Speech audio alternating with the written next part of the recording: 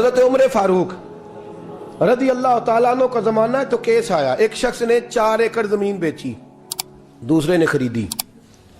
جس نے بیچی وہ کسان نہیں تھا، کوئی اور کام کرتا تھا۔ اس نے کہا میرے پاس فارغ ہے، میں تو کاشتکاری نہیں کرتا، تو ایک کسان نے خرید لی۔ توجہ ہے میری بات پر؟ وہ کسان ہل چلا رہا تھا، پہلے دن ہل چلایا تو اس کھیت کے اندر سے خزانہ نکل آیا۔ کھیت سے خزانہ کس کا ہے یہ؟ جی بھائی جی دی سڑک لنگ جائے نا، وہ آتا ہے اور میں دیڑی نہیں، تسی بیانہ واپس لو۔ اب تو سڑک گزر گئی ہے، مجھے تو پتہ ہی اب چلا ہے کہ یہاں ہاؤسنگ سوسائٹی آنے والی، میں تو نہیں دیتا ہی، رکھ لے آپ۔ کیا نکل آیا؟ ہیرے جواہرات چاندی لال نکل آئے۔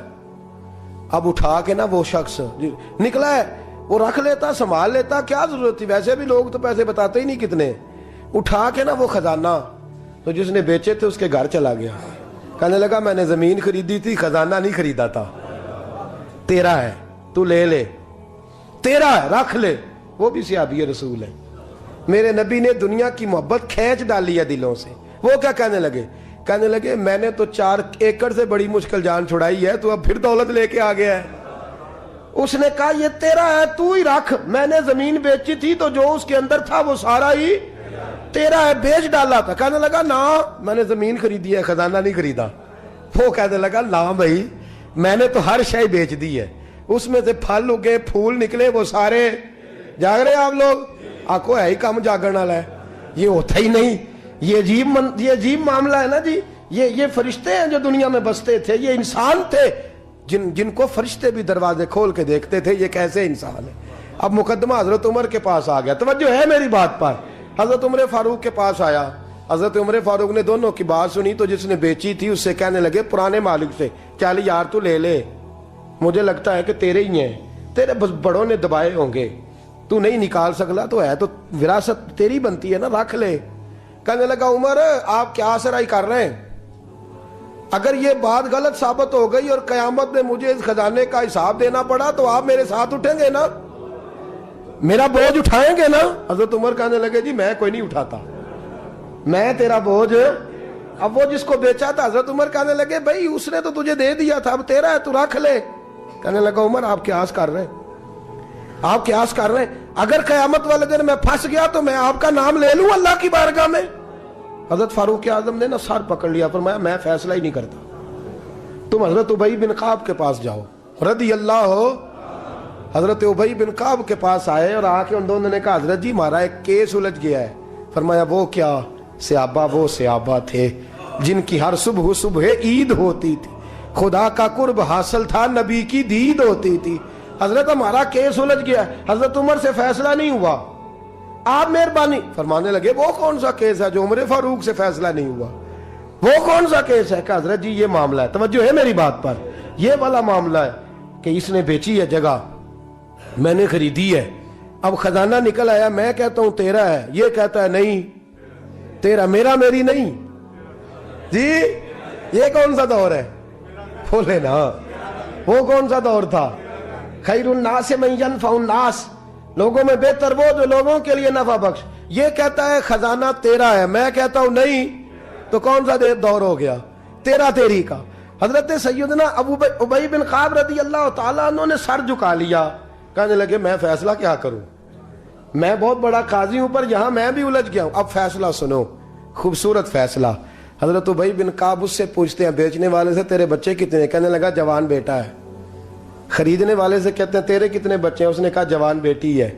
کہنے لگا میں ان دونوں کا نکاح کر کے سارا سامان انہیں جہیز میں دے دیتا ہوں، ان کا نکاح کر کے سارا کچھ انہیں جہیز میں دے دیتا ہوں، تیرے گھر بھی آ جائے گا، تیرے گھر بھی۔ یہ فیصلہ سیدنا ابی بن کعب رضی اللہ تعالیٰ عنہ نے دیا۔ لوگ رو رہے تھے، کہہ رہے تھے کیا بات ہے اس فیصلے کی، کیا بات۔ ایک نوجوان تھا مینا کے بازار میں دوڑا جا رہا ہے، ایک بابا جی اس کو ملے بزرگ، تو ان بزرگوں کے اس نے، توجہ ہے میری بات پر آپ، ان بزرگوں کی تھیلی اس نے اشرفیوں والی چھین لی، چھین کے دوڑ گیا، کافی آگے چلا گیا تو گر گیا، جب گرا تو نظر آنا بند ہو گیا، لگاؤ اللہ کے ولی کی بے ادبی ہوئی ہے اس لیے نظر آنا بند ہو گیا، بے ادبی ہو گئی، بڑا پریشان ہوا، سخت آزمائش کا شکار، کیا کروں کدھر جاؤں؟ جب بڑی سخت تکلیف کے اندر وہ گرفتار ہوا تو لوگوں سے کہنے لگا مہربانی کرو مجھے بابا جی سے معافی لے دو. گرا جو ان کی نگاہ سے وہ سنبھل نہیں سکتا. اللہ والوں کی بے ادبی اللہ کو بڑی ناپسند ہے. اللہ والوں کی بے ادبی اللہ کو بڑی ناپسند ہے. اس سے ضرور بچیں. اللہ تعالی ہمیں بچنے کی توفیق عطا فرمائے. پکڑ کے بابا جی کے پاس لائے. بابا جی معاف کر دیں, آپ کی وجہ سے آنکھیں چلیں گی. بابا جی کہنے لگے نہیں, میں نے تو بد دعا دی نہیں. تو وہ کیسے؟ کہنے لگے میرے ساتھ جب کوئی مسلمان زیادتی کرتا ہے تو میں فوراً ہی معاف کر دیتا ہوں. کہا جی میرے لیے دعا کر دیں. دعا کی, بابا جی کی آنکھیں ٹھیک. بابا جی نے دعا کی, نوجوان کی آنکھیں صحیح ہو گئی. لوگ چلے گئے تو وہ نوجوان قریب بیٹھ گیا. کہنے لگا بزرگو آپ نے جو کہا میں نے مان لیا, پر ایک بات میری سمجھ میں نہیں آئی. کہا وہ کیا؟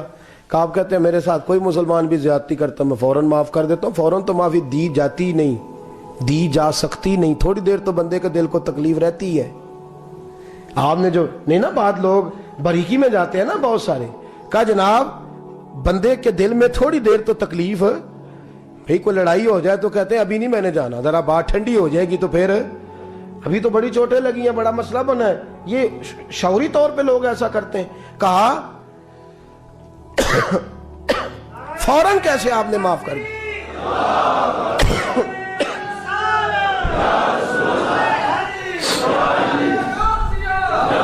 کہا فوراً کیسے معاف کر دیا؟ تو بابا جی کہنے لگے مجھے اپنے نبی سے پیار ہی بڑا ہے صلی اللہ علیہ. ہم عشق کے بندے ہیں, کیوں بات بڑھائی ہے, محبت بڑی ہے رسول رحمت سے. پر میں کیا بات ہے؟ بابا جی کہنے لگے میں نے حضور کی ایک حدیث پڑھ لی ہے, اب جو مسلمان بھی زیادتی کرتا ہے میں فوراً معاف کر دیتا ہوں. کہا وہ کیا حدیث؟ سنیں میرے دوستو, اور بزرگوں کی سوچ دیکھیں کہاں تک جاتی ہے. اور بزرگ کہنے لگے اللہ کے رسول صلی اللہ علیہ وسلم نے فرمایا ہے کہ جب تک میرے سارے امتی جنت میں نہیں جائیں گے میں بھی نہیں جاؤں گا. جب تک سارے نہیں جائیں گے میں بھی. تو بابا جی کہنے لگے دیکھنا تیرا میرا جھگڑا ہے, اگر یہ جھگڑا حضور کے پاس جائے گا, اللہ کی بارگاہ میں جائے گا, پھر اس کا فیصلہ ہوگا, پھر یہ مقدمہ لڑے گا, پھر یہ کیس چلے گا, جب فیصلہ ہوگا تب تک میرے رسول پاک جنت میں نہیں جائیں گے, بیٹھے رہیں گے. تو میں اپنے نبی کو تکلیف تو نہیں نہ دے سکتا, میں اپنے رسول کو بٹھائے رکھنے کی آزمائش تو نہیں نہ دے سکتا. لہذا جو مسلمان بھی زیادتی کرتے میں فوراً ہی معاف کر دیتا ہوں تاکہ میرے محبوب کو کوئی تکلیف. میں تیرے اور اپنے بارے میں سوچ نہیں رکھتا, میری سوچ تو ہر وقت ذات رسالت پہ لگی رہتی ہے. میرا ذہن تو ہر وقت میرے محبوب کی طرف لگا رہتا ہے. ہر وقت میں حضور کے بارے میں ہی سوچتا رہتا ہوں. ملی سوچ اپنائیں, قومی سوچ اپنائیں. زندگی میں وہ والے کام کریں جس سے قوم کو نفع حاصل ہو, ملت کا جس میں فائدہ ہو. کچھ ایسا کر جائیں زندگی میں جس سے لوگ نفع اٹھاتے رہیں.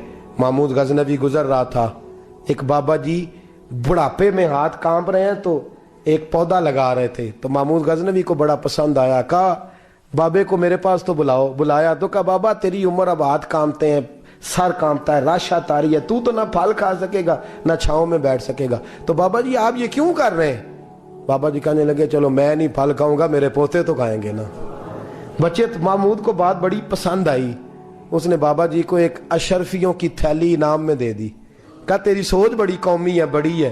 تو بابا جی مسکرا کے کہنے لگے بادشاہ تو ابھی کہہ رہا تھا کہ نہ تو پھل کھائے گا نہ چھاؤں میں بیٹھے گا, اللہ نے مجھے پھل بھی دے دیا ہے, چھاؤں بھی دے دی ہے.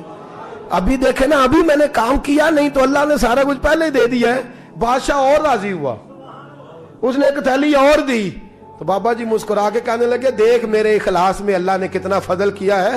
لوگوں کے باغ میں سال میں ایک دفعہ پھل لگتا ہے, میرے باغ میں 2 دفعہ لگ گیا ہے. تو خیر خائی کا ذہن بنا, لوگوں کے بارے میں سوچ, قومی اور ملی ذہن بنا, بڑا ذہن بنا, بڑی سوچ بنا. وہ والا کام کر جس سے زیادہ لوگوں کو فائدہ ہو, زیادہ لوگوں کا نفع ہو, وہ والا کام کر. قومی ملی ملت اسلامیہ کی سوچ بنا, عالم اسلام کی بات کر, مسلمان کا بھلا کر, اپنے وطن کا بھلا کر, اپنی ملت کے بارے میں سوچ. جب تو یہ کام کرے گا تو اللہ تجھے وسائل بھی بڑے ہی عطا فرمائے گا.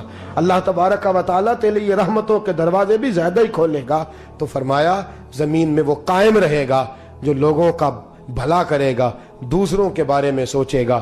وہی دنیا میں زندہ رہتے ہیں جو لوگوں کے لیے نفع بخش بن جاتے ہیں.